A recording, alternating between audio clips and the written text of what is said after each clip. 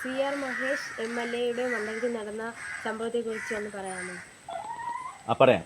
കഴിഞ്ഞ ദിവസം സി.ആർ. മഹേഷ് എം.എൽ.എയുടെ മണ്ഡലത്തിൽ ഒരു ഒരു വീട്ടിലെ ഒരു പാവപ്പെട്ട വീട്ടിലെ കുടുംബത്തിൽ അവിടെ അവരുടെ വീട് ജപ്തിയായി. ജപ്തി എന്ന് പറയുമ്പോൾ അവരെ ജപ്തി ചെയ്തിട്ട് ആ വീട് പൂട്ടി അവരുടെ സർട്ടിഫിക്കറ്റുകളും മറ്റു ഉപകരണങ്ങളൊന്നും എടുക്കാൻ സമ്മതിക്കാതെ അവരെ പുറത്താക്കി.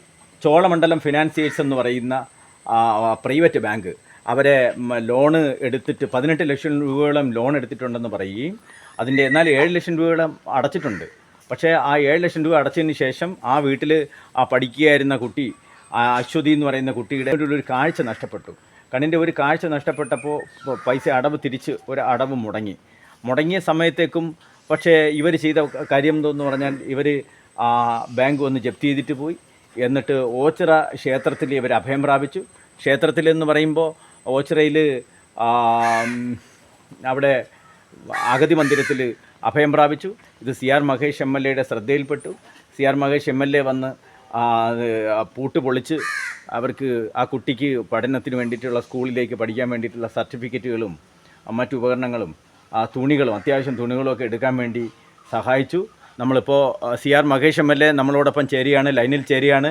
മഹേഷ് എം.എൽ.എ, സി.ആർ. മഹേഷ് എം.എൽ.എ, അങ്ങേക്ക് ഈ സംഭവത്തെക്കുറിച്ച് എന്താണ് പറയുവാനുള്ളത്? ഒന്ന് പറയാമോ? അദ്ദേഹത്തെ കണക്റ്റ് ആവുന്നുണ്ട്. ഇപ്പോൾ ഒരു മത്സ്യമേഖലയാണ്, പാവങ്ങളാണ്. ഒരു കൈക്കുഞ്ഞുണ്ട്. അവിടുത്തെ വീട്ടുകാരിക്ക് കണ്ണിന് കാഴ്ചക്കുറവുണ്ട്. 2 പെൺകുട്ടികളാണ്. മൂത്ത മകൾക്ക് +1 അഡ്മിഷൻ കിട്ടി.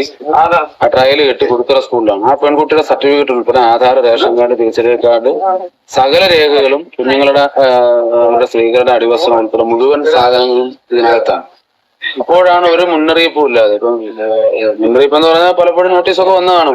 മത്സ്യമേഖലയൊക്കെ പട്ടിണിയിലാണ്, കൊടും പട്ടിണിയാണ്. വീട് വെക്കാനടുത്തൊക്കെ എടുത്ത് വായ്പയായിരിക്കാം. നമ്മൾ വായ്പ അടയ്ക്കുന്നതിനെയോ കോടതിയുടെ അധികാരത്തെയോ അല്ലെ ബാങ്കിന്റെ അധികാരത്തെയോ ഒന്നും ചോദ്യം ചെയ്യുന്നുണ്ട്. ശരി, ഇതാണ് അങ്ങേക്ക് പറയാനുള്ളതല്ലേ? ഓക്കെ.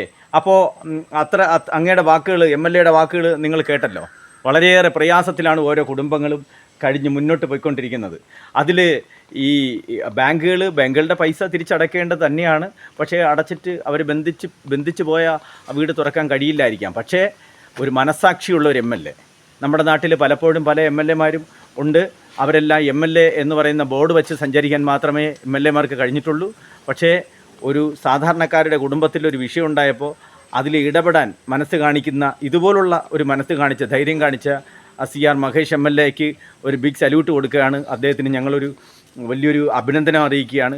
കാരണം അദ്ദേഹം വളരെ ഒരു പണിപ്പെട്ട ഒരു കാര്യമാണ് ചെയ്തിട്ടുള്ളത്. അവരഗതി മന്ദിരത്തിൽ വളരെ പ്രയാസം അനുഭവിച്ച് അകപ്പെട്ടു പോയി.